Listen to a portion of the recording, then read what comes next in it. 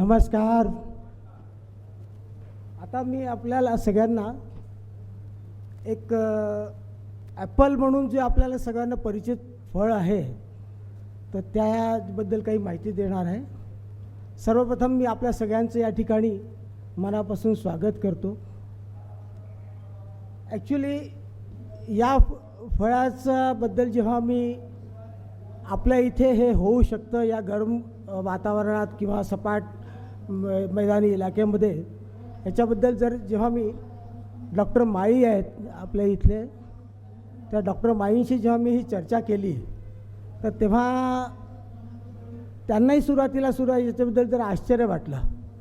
पण नंतर जेव्हा त्यांना मी सगळ्या गोष्टी सांगितल्या सविस्तर आमची चर्चा झाली तर त्यांनी मला या कार्यशाळेमध्ये एक 20 मिनटं 15-20 मिनटं तुम्ही बोला असं जेव्हा मला त्यांनी हे दिलं आश्वासन दिलं की आम्ही तुम्हाला वेळ देऊ आणि संधी दिली तेव्हा निश्चितच मला आता आनंद झालाच की मी आपल्या या सगळ्या शेतकऱ्यांपर्यंत हे नवीन प्रकारचं पीक आहे याच्याबद्दल मी माहिती देऊ शकणार आहे. तर त्याच्यामुळे मी डॉक्टर माळींचं आणि ॲग्रोव्हिजन आयोजकांचं आभार व्यक्त करतो. तर आता हे ॲपल जे आहेत हे सर्वसाधारणपणे आपल्या सगळ्या लोकांचं लक्षात येतं की आपण हे काश्मीर हिमाचल प्रदेश या सगळ्या भागावरूनच ॲपल आपल्याकडे येतं आणि त्याची चव आपल्या सगळ्यांना परिचित आहे. तशी हे नाही. मी एक आपल्यासारखाच एक तसा आधीपासूनचा शेतकरी नाही पण मला शेतीमध्ये इंटरेस्ट असल्यामुळे मी 10 वर्षापासून शेतीमध्ये आलो. माझी त्याच्यातली इंटरेस्ट माझा वाढत गेला आणि मग हळूहळू मी नवीन प्रकारचे काही गोष्टी आपल्याला करता येतात का शेतीमध्ये एक पूरक म्हणून म्हणा किंवा ज्याच्यामध्ये चांगला फायदा होऊ शकतो असे काही व्हेरायटी मी शोधात राहत होतो. तर अनायसे माझ्या लक्षात आलं की गरम इलाक्यामध्ये किंवा गरम याच्यामध्ये सुद्धा या प्रकारची मराठी चालेल की हिंदीमध्ये बोलू चालेल ना हरकत नाही. थँक्यू. हां. तर मला जेव्हा असं कळलं की आपल्या हॉट क्लायमेटमध्ये किंवा प्लेन याच्यामध्ये सुद्धा ही व्हेरायटी डेव्हलप होऊ शकते तर मी याच्याबद्दल माहिती काढली. ॲक्च्युली 1999मध्ये हरिमन शर्मा म्हणून एक खूप साधारण कास्तकार आहेत हिमाचल प्रदेशमध्ये. आता हिमाचल प्रदेश म्हटल्यावर आपल्या सगळ्यांचं असं इम्प्रेशन होतं की म्हणजे ते उंचावर आहे खूप थंड पडते पण असं काहीही नाही. मी त्या ठिकाणी जाऊन आलो. आपल्यासारखं सपाट भाग आहे त्याच्यानंतर पुढे मग शिमला आणि याचा उंच भाग सुरू होतो. तिथे आपल्यासारखाच मैदानी इलाका आहे. टेम्परेचर पण सुद्धा थोडं बहुत आपल्यासारखंच आहे. काही विशेष टेम्परेचरमध्ये फरक नाही आहे. मग मी त्या हरिवंश शर्मांशी संपर्क साधला त्यांच्याशी बोललो तर 1999मध्ये त्यांनी याच्यावर काम सुरू केलं. हळूहळू त्यांचं काम वाढत गेलं. त्यांनी याच्यावर ट्रायल्स घेतल्या. मग त्यांनी ही व्हेरायटी डेव्हलप करून त्यांना नॅशनल इनोव्हेशन बोर्ड यांनी त्यांना त्याच्यासाठी रिकग्नाईज केलं यांच्या व्हेरायटीला आणि मग त्यांनासुद्धा पुरस्कारसुद्धा देण्यात आले. राष्ट्रपती भवनमध्ये याचं ॲपलचं ॲक्च्युली त्यांनी रोपण केलेलं आहे आणि गेल्या 5-7 वर्षापासून तिथे रेग्युलर फ्रूट्स येतात आहे. राष्ट्रपती भवन म्हणजे दिल्ली म्हणजे मोरओलेस आपल्यासारखंच वातावरण काही हे नाही आहे. तर तिथे त्यांनी हे केलं राष्ट्रपती भवनमध्ये आणि माजी राष्ट्रपती प्रणव मुखर्जी यांनीसुद्धा त्याच्यावर हे केलं.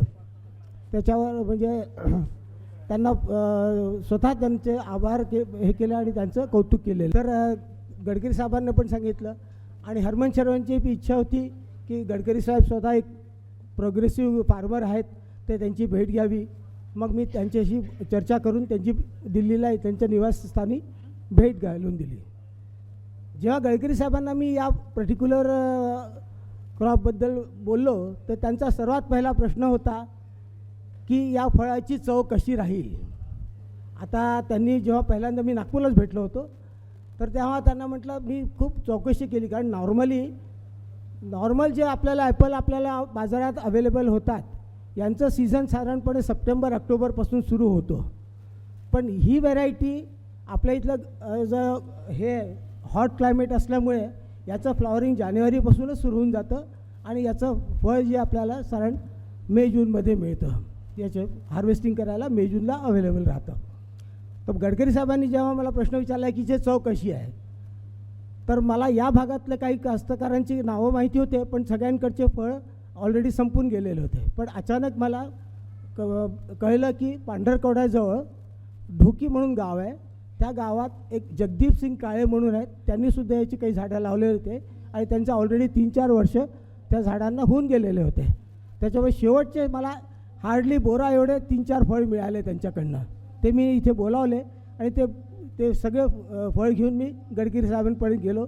जेव्हा त्यांनी प्रत्यक्ष त्याचे फळाची टेस्ट घेतली, ते सुद्धा आश्वस्त झाले की यांची जी चव आहे ते ओरिजिनल जे आपले काश्मीरमधनं येतात किंवा हिमाचल प्रदेशकडनं येतात त्याच प्रकारची चव आहे. हे सुद्धा त्यांनी ते आश्वस्त झाले की नाही बा, चवमध्ये काही फरक नाही आहे आणि तशीच त्याच टाईपची चव आहे याची. तर मग ते याच्यानंतर मग पुढे मग हां, मग हे हरिमन शर्मा आहेत. कुठे झालं ना त्यांचं? हां, हरिमन शर्मा गडकरी साहेबांची भेट झाली. माझे मित्र पडोळे साहेब पण माझ्यासोबत होते. आम्ही चौघांनी त्यांची भेट घेतली. त्याच्यामुळे आता यासाठी लागणारे आपण काय, तसं पाहिलं तर खूप काही या फळासाठी काही वेगळं करायची गरज नाही. आपल्या इथले लोकल बागायतदारांना आंबा, लिंबू, संत्र, सीताफळ अगदी त्याच टाईपचं क्लायमेट, त्याच टाईपची माती वगैरेची याची नॉर्मली आवश्यकता असते. तर याच्यामध्ये फक्त आपण सुरुवातीला जशी काळजी घेतो नवीन प्लांटेशनच्या वेळेला तशीच करायची. हलकी किंवा थोडीशी भारी मध्यम जमीन असली तरी याच्यात चांगलं छान प्रकारे याचं प्रोडक्शन म्हणजे झाड जगू शकतं आणि सेट होऊ शकतं.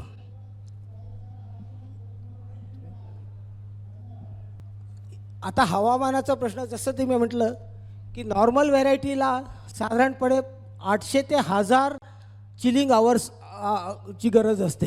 पण ह्या पर्टिक्युलर व्हेरायटीला 200 ते 250 चिलिंग आवर्स जरी मिळाले आणि तसेच 200 तास सूर्यप्रकाश मिळाला तरी हे, आणि मुख्य म्हणजे याची खासियत अशी आहे की हे 45 ते 50 डिग्री टेम्परेचरमध्ये सुद्धा सस्टेन करू शकते ही व्हेरायटी आणि झाडांना काही इजा होत नाही. झाड जगतं म्हणजे त्याच्यामध्ये. याला आता आपण जसं पाणी देण्याचा विषय विचार केला तर याला ड्रीपने सुद्धा आपण देतं किंवा पटपाणी किंवा फ्लड इरिगेशनने सुद्धा आपण याच्यामध्ये आरामात इरिगेशन करता येतं. फक्त याचं एकच काळजी घेण्यासारखी आहे की याच्या लावताना सुद्धा पाणी आजूबाजूला जमा होणार नाही आणि बुरशी सर्वात मोठा याचा शत्रू म्हणजे बुरशी. लावताना सुद्धा आपण काळजी घेतली पाहिजे की ट्रायकोडर्मा किंवा 22-3ची ट्रीटमेंट आपण केली आणि ती ट्रीटमेंट अशी फ्रिक्वेंटली 15 दिवसात 3 आठवड्यात देत गेलो तर बुरशी याच्यापासून आपल्याला प्रोटेक्शन होईल आहे आणि झाड व्यवस्थित जगेल आहे.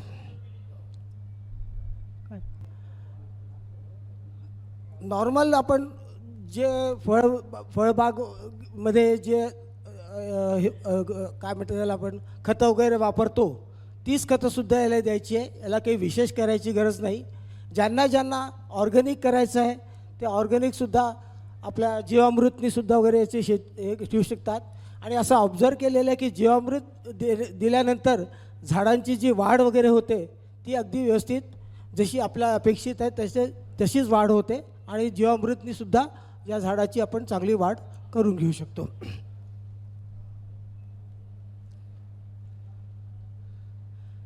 नॉर्मली इथे जे याचे ग्राफ्टिंग तयार केले जातात जिथनं आपला हिमाचल प्रदेशवरनं येतात तिथे नोव्हेंबर-डिसेंबरमध्ये याचे ग्राफ्ट नवीन तयार केले जातात आणि ते ग्राफ्ट आपल्यापर्यंत डिसेंबर महिन्यामध्ये येतात.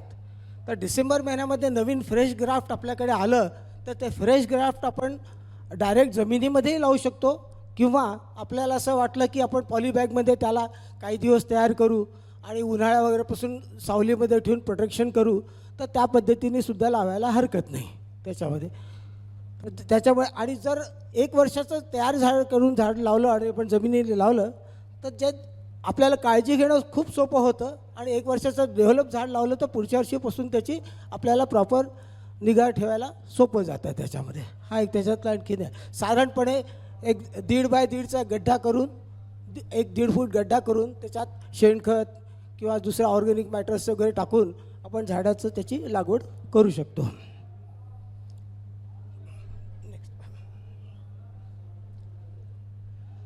बाकी सगळ्या पिकांमध्ये जसं आपण तणाचं नियंत्रण वगैरे करत असतो ते सुद्धा केलं तर झाडांना सगळे ऊर्जा सगळे त्याचे न्यूट्रिशन्स वगैरे मिळतात, नाहीतर तिथे वाया जातात आपले. तर तेही सुद्धा आपण जसं बाकी नॉर्मल करतो तसं आपणही केलं पाहिजे याच्यामध्ये सुद्धा.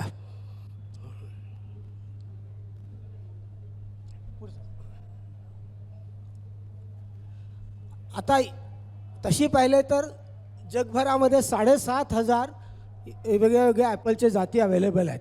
आपल्या भारतामध्ये त्यातल्या 15 जाती नॉर्मली आहेत, पण त्या सगळ्या थंड प्रदेशाकरता आहे. या आपल्या ज्या उष्ण प्रदेशाकरता HRMN 99 जे हरमन सिंग यांनी डेव्हलप केलेली ती आहे. बरेचसे ट्रायल्स नंतर असं लक्षात आलं की अन्ना आणि डोरसेट गोल्डन व्हरायटी यासुद्धा आपल्या या वातावरण चांगलं प्रतिसाद देतात आणि त्याचीसुद्धा आपल्याला लागवड करायला हरकत नाही. डोरसेट गोल्डनची एक खासियत आहे की याचं फ्लॉवरिंग कम्पॅरेटिव्हली जास्त होतं. फ्लॉवरिंग जास्त झाल्यामुळे हे झाडं आपण 25-20 झाडांमध्ये 2-4 डोरसेट गोल्डन लावले तर पॉलिनेशन चांगलं होईल आहे तुमचं आणि चांगल्या झाडांची आणि फळांची संख्या वाढायची शक्यता त्याच्यामध्ये राहील आहे.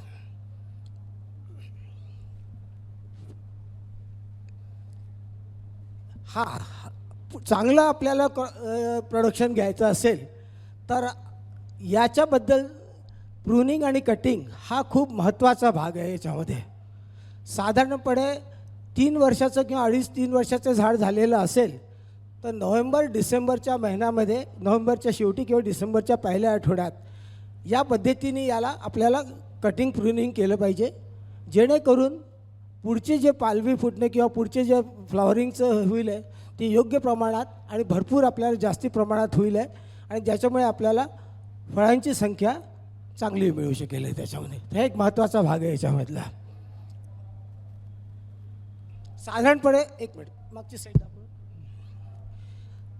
कटिंग प्रूनिंगच्या नंतर 21 दिवसामध्ये याच्यात फुलं येतात आणि फुलं आल्यानंतर 9 ते 12 दिवसानंतर आपल्याला फळ दिसायला लागतात आणि फळ जे फळ आलेले असतात ते 105 दिवसामध्ये योग्य प्रमाण योग्य साईजमध्ये वगैरे तयार होतात.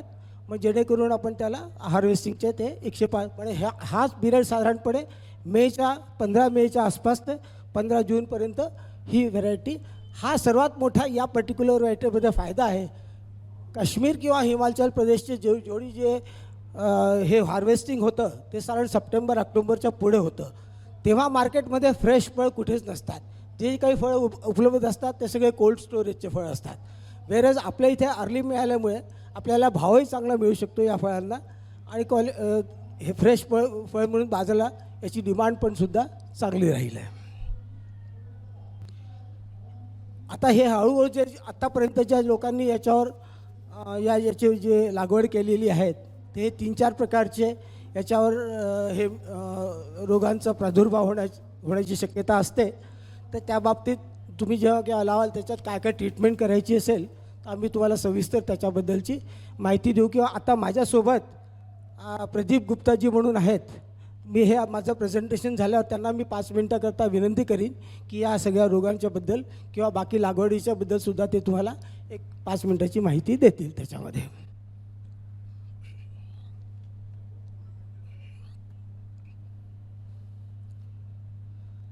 आता प्रश्न हे सगळं आपण का करतो? आपण शेती तर करत असतो, आपण रेगी लावतो, गहू लावतो, तांदूळ लावतो, सोयाबीन लावतो, सगळ्या करत राहतो, भाजीपालासुद्धा लावतो. सगळं आपण का करतो की आपण एक चांगल्या प्रकारचं एक शेतीचं प्रयत्न करावं आणि त्याच्यातनं आपल्याला एक छान हे अर्थलाभ व्हावा ह्या सगळ्यांची इच्छा असते. याच्यामध्ये साधारणपणे 15x10च्या स्पेसिंगने आपण लावलं ते एकरी 295 ते 300 झाडं लागतात आणि 3ऱ्या वर्षाला सॅम्पल फ्रुटिंग सुरू होऊ शकतं. मी तुम्हाला नक्की नाही सांगत, पण सॅम्पल फ्रुटिंग 3ऱ्या वर्षाला तुम्हाला दिसतं. आपण 1-2 फक्त झाडाला फळं आलेले आहेत हे बघायचं आणि बाकीचे फळं काढून टाकायचे त्याच्यावर. 4थ्या वर्षाला मग परत जे फ्रुटिंग येईल आहे तर ते फ्रुटिंग किंवा फ्रुटिंगच्या वेळेला त्याला आपण थिनिंग केलं. एका झुपक्यामध्ये साधारण 5 ते 6 फळं लागतात. तर 5 ते 6 फळं आपण एका झुपक्याचा वाढवायचा प्रयत्न केला तर आपल्याला साईज काही मिळणार नाही. त्याच्यामधनं काय करायचं की अंतर ठेवून 2 किंवा 3 फळं ठेवायचे आणि बाकीचे थिनिंग करून टाकायचं. म्हणजे जर शेवटी आपल्याला जे ज्याचं मॅच्युरिटी पिरियडच्या आसपास या पर्टिक्युलर फळांचा साधारणपणे साईज बऱ्यापैकी मिळतो. आत्तापर्यंत जे काही प्रयोग झालेले आहेत आपल्या पंढरपूरच्या आसपास किंवा इथे पांढरकवड्याच्या आसपास, तर असं लक्षात आलं आहे की 170 ग्रामपर्यंत फळाची साईज लोकांना मिळालेली आहे. त्यांचा प्रयत्न चालू आहे. यावर्षी कदाचित ते लोक 200 ते 250 ग्रामपर्यंत जाण्याची शक्यता आहे. म्हणजे एका किलोमध्ये साधारण 4 ते 5 फळं बसतील त्याच्यामध्ये. तसा विचार केला तर तिसऱ्या वर्षी तर आपण धरू शकत नाही.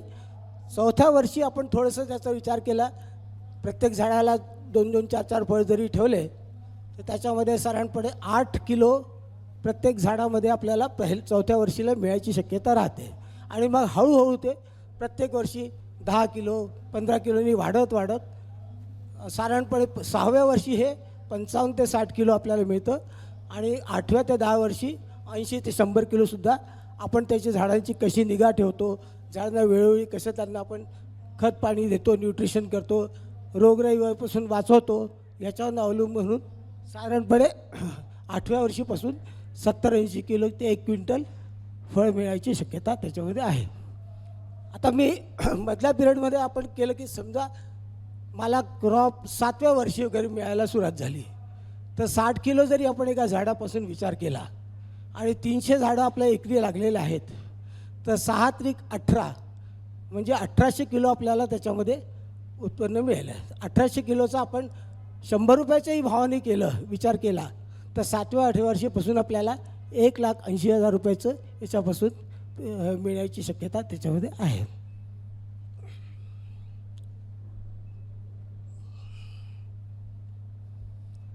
जसं मी म्हटलं की आता माझ्याकडनं जी माहिती होती ती मी आपल्या सगळ्यांपर्यंत दिली.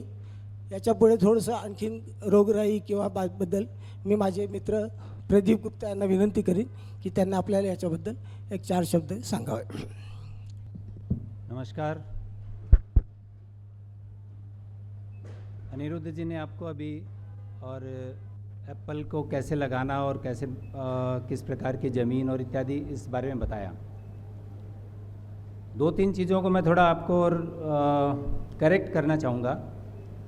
जनरली हम सोचते हैं क्या कि अगर हॉर्टिकल्चर क्रॉप है तो 6वें साल या 7वें साल में इसकी कॉमर्शियल क्रॉप आएगी. ऐसा बिल्कुल भी नहीं है. अभी अगर आपने देखा होगा कि पहले हम जब पेरू यानी गुआवा फल खाते थे तो हमको लोकल अपनी एक वैरायटी मिलती थी. 2-3 वैरायटी जो अपने आप शुरू से हम खाते हैं, L49 है, लखनऊ 49 है, ललित है, बर्फ़ खान है, या फिर कुछ अपने देसी जो आस पड़ोस में हो रहा है वो हमको खाने को मिलता था. कुछ सालों पहले VNR ने एक VNR BE करके एक थाई वैरायटी उन्होंने डेवलप किया जो 1 किलो तक का फल जाता है. कुछ सालों में कुछ 3-4 साल पहले से हम देख रहे हैं कि एक पिंक ताइवान नाम की एक वैरायटी आ गई. और अभी उसके बाद एक और red diamond, Japanese red diamond एक वैरायटी अभी चालू है. काफ़ी लोग लगा रहे हैं, लगनी शुरू हो गई है. अगर इनकी आप कहानी सुनेंगे तो आपको आश्चर्य होगा. आप एक बार विदर्भा से बाहर निकल कर जाइए तो ये सब आपको बहुत अच्छे से देखने को मिलेगा. हम अभी भी थोड़ी बाकी लोगों से थोड़ा काफ़ी पीछे चल रहे हैं. 12 महीने के pink Taiwan, red diamond, VNR BE के ऊपर 40-50 फ्रूट्स और वो भी 300 से 500 ग्राम के बहुत आसानी से लिए जा सकते हैं. आपको अगर देखना है तो मैं आपको एड्रेस, टेलीफोन नंबर देता हूँ, बगीचा बताता हूँ. मैं ये आपको घर में टब में 1-2 प्लांट की बात नहीं कर रहा, एकड़ में 200, 500, 1000, 1500, 5000 प्लांट की बात कर रहा हूँ. नागपुर में देखना है तो आप कुंडाली में चले जाइए. 14-15 महीने का प्लांट है पिंक ताइवान का, जिस पर एवरेज में 800 प्लांट है, उसमें एवरेज में 20 फल लिए हैं. अब 20 फल हमने लिए हैं, एवरेज में 70 फल आए थे. हमने थिनिंग करके उसका वेट कम किया है क्योंकि प्लांट की इतनी कैपेसिटी नहीं है कि वो 70 फुट का वेट ले सके. और दूसरा ये है कि उसके पास इतनी एनर्जी नहीं है कि वो 70 फुट्स को फीडिंग कर सके. 70 फल तो लग जाएंगे लेकिन साइज़ हो जाएगी 100 ग्राम. हमको 100 ग्राम के 70 फल 7 किलो नहीं लेने हैं, हमको 7 किलो फल लेना है, लेकिन 7 किलो में हमको 20 फल चाहिए, यानी एक फल हमको 300 से 500 ग्राम का चाहिए, क्योंकि अगर 100 ग्राम का फल है तो 20 रुपये 10 रुपये किलो जाएगा, और 350 ग्राम का फल है तो 50 रुपये किलो जाएगा। वेट कितना मिला? 7 किलो। 50 रुपये किलो से गया तो कितना हो गया? 350 रुपये, और 10 रुपये किलो से गया तो 70 रुपये, वज़न उतना ही है। तो ये एक साइंस है कि आपको कैसे उसको मेंटेन करना है, फ्रूट्स की साइज़ कैसे लेनी है। ठीक एप्पल के बारे में बताया, एकदम नई क्रॉप है, बहुत मुश्किल लगता है। विदर्भा में, नागपुर में 48 डिग्री टेम्परेचर में प्लांट जिंदा बचेगा क्या? प्लांट जिंदा बचता है। 2 साल का प्लांट आपके सामने में टब में रखा हुआ है, जो टेरेस पे लगाया हुआ था, तो अभी ये दूसरा साल है। तो और अगर आपको देखना है तो पास में ही और यवतमाल ज़िले में ये एक हमारे साथी उन्होंने लगाया है। पहले उन्होंने 3 साल पहले 20 प्लांट लगाए थे, और आज 1 एकड़ के अंदर में उसने पूरा और गुआवा प्लांट लगाया है। जहाँ तक फ्रूटिंग की बात है, तीसरे साल में यानी 2 साल कंप्लीट होने के बाद से आप उस पर फ्रूटिंग ले सकते हैं, उसको हम सैंपल फ्रूटिंग कहते हैं। 8-10 फल आपको मिलेंगे, 150 पौने 200 ग्राम का फल आएगा। लेकिन चौथे साल में, यानी 2 साल के बाद तीसरे साल में आपने ले लिया, चौथे साल में आप और 7-8 किलो फ्रूट्स उस पर ले सकते हैं।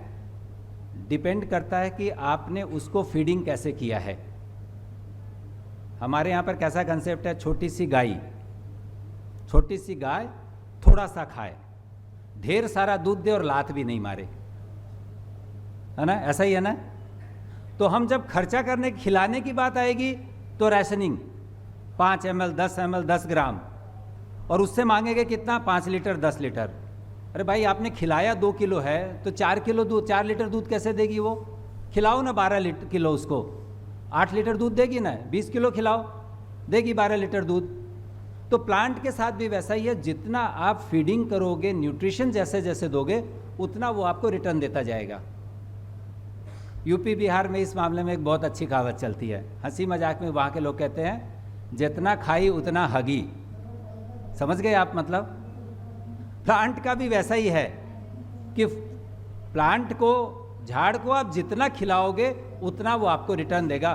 तो विदर्भा में भी एप्पल की जो खेती है उसका भी और बगीचा लगाया जा सकता है, और बहुत अच्छी क्रॉप ली जा सकती है। अभी हमारे यहाँ पर बहुत सारे एक्सपेरिमेंट हो रहे हैं। पिंक ताइवान है, रेड डायमंड है, VNR तो पुराना हो गया अभी।